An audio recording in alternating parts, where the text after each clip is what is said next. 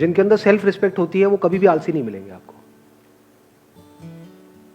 Self respect का मतलब क्या कि मैं 18 साल से ऊपर हो गया हूं। आप में से कितने हैं जो 18 साल से ऊपर हैं? हाँ, सारे हैं।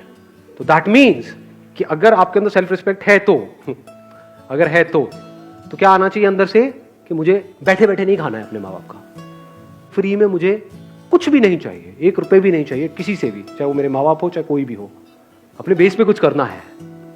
ये सेल्फ रिस्पेक्ट हमारे अंदर होनी चाहिए। ऐसी बहुत कम लोगों में मिलती है। कहीं पे भी कोई ऑफर निकाल दो जहां पे ये बोल दो कि हाँ ये लकी ड्रॉ है, और लाखों लोग इकट्ठे हो जाते हैं इंग्लैंड में, सब भिखमंगे भरे पड़े हैं। ये कैसी सोच है? आपको अपनी एक किस्सा सुनाऊं? मतलब एक बार गोवा में एक कैसीनो है, तो मैं और मेरा दोस्त वहां पे खेलने गए।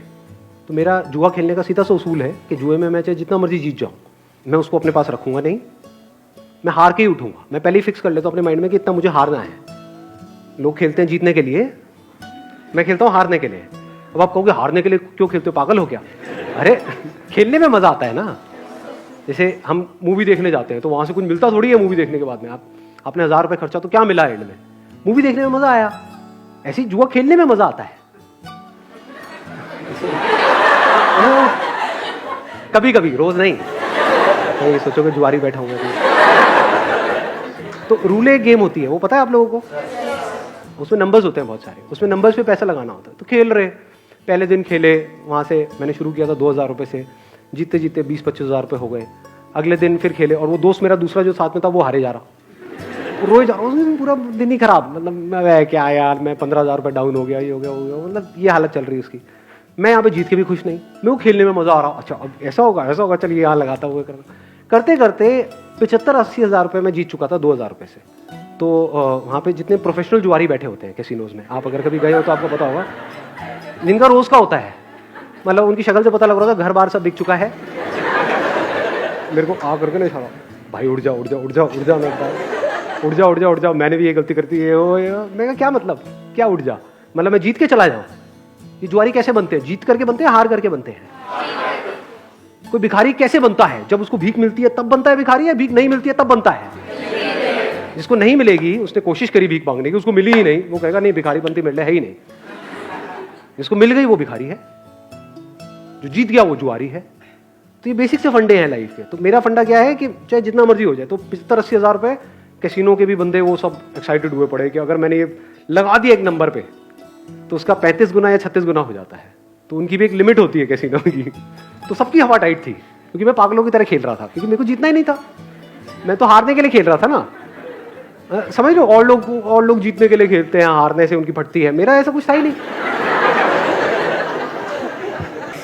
वहां पे मैंने क्या किया, वो पूरा का पूरा पैसा यानी 70-80 हजार रुपए एक नंबर पे लगाया और उठ गया वहां से। उस नंबर की आने की प्रोबेबिलिटी क्या थी? 1:35।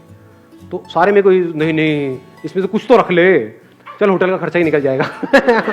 पागल है क्या, होटल का खर्चा, मैं जुए के पैसे से होटल का खर्चा निकालूंगा, जुआरी हूं क्या? तो वहां पे रखा और मैं उठ करके बाहर चला गया। बाद में दोस्त ने आकर के बता दिया मुझे कि नहीं आया। और अगर वो आ जाता तो 70,000 into 35 करना कितना हुआ? 25-30 लाख रुपए हुआ मेरे ख्याल में। हाँ, तो उतना कैसीनो को मुझे देना पड़ता। तो आप समझ सकते हो कि कैसीनो की क्या हालत हुई पड़ी। सोचा अगर वो नंबर आ जाता तो 25-30 लाख रुपए उस कैसीनो को देना पड़ता। लेकिन अगर वो 25 लाख भी आया था तब भी मैंने वहीं पे टेबल पे छोड़ देना था। चाहिए ही नहीं, मतलब ही नहीं। इसको क्या बोलते हैं? Self respect.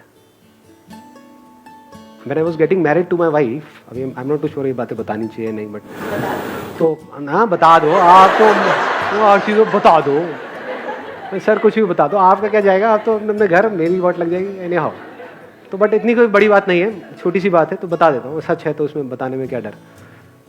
When I was getting married to my wife, तो उस टाइम पे मेरे पास में एक सेकेंड हैंड मारुति S3 थी। तो मेरे को उड़ती उड़ती खबर आई कि वो मेरे को होंडा सिटी देने का कुछ प्लान कर रहे हैं। अगले दिन मैं अपने ऑफिस में गया, जितनी भी मेरी सेविंग्स थी वो सारी निकाली मैंने यहाँ से वहाँ से करके, और फाइनेंस करा ली एक होंडा सिटी।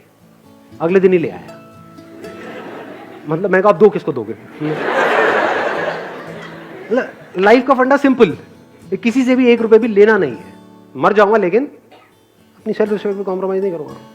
अब ऐसे बंदे जो डाउरी आज कहने के लिए इलीगल है इंडिया में, लेकिन आज भी बहुत लोग हैं जो खुल्लम खुल्ला ये सारे काम कर रहे हैं।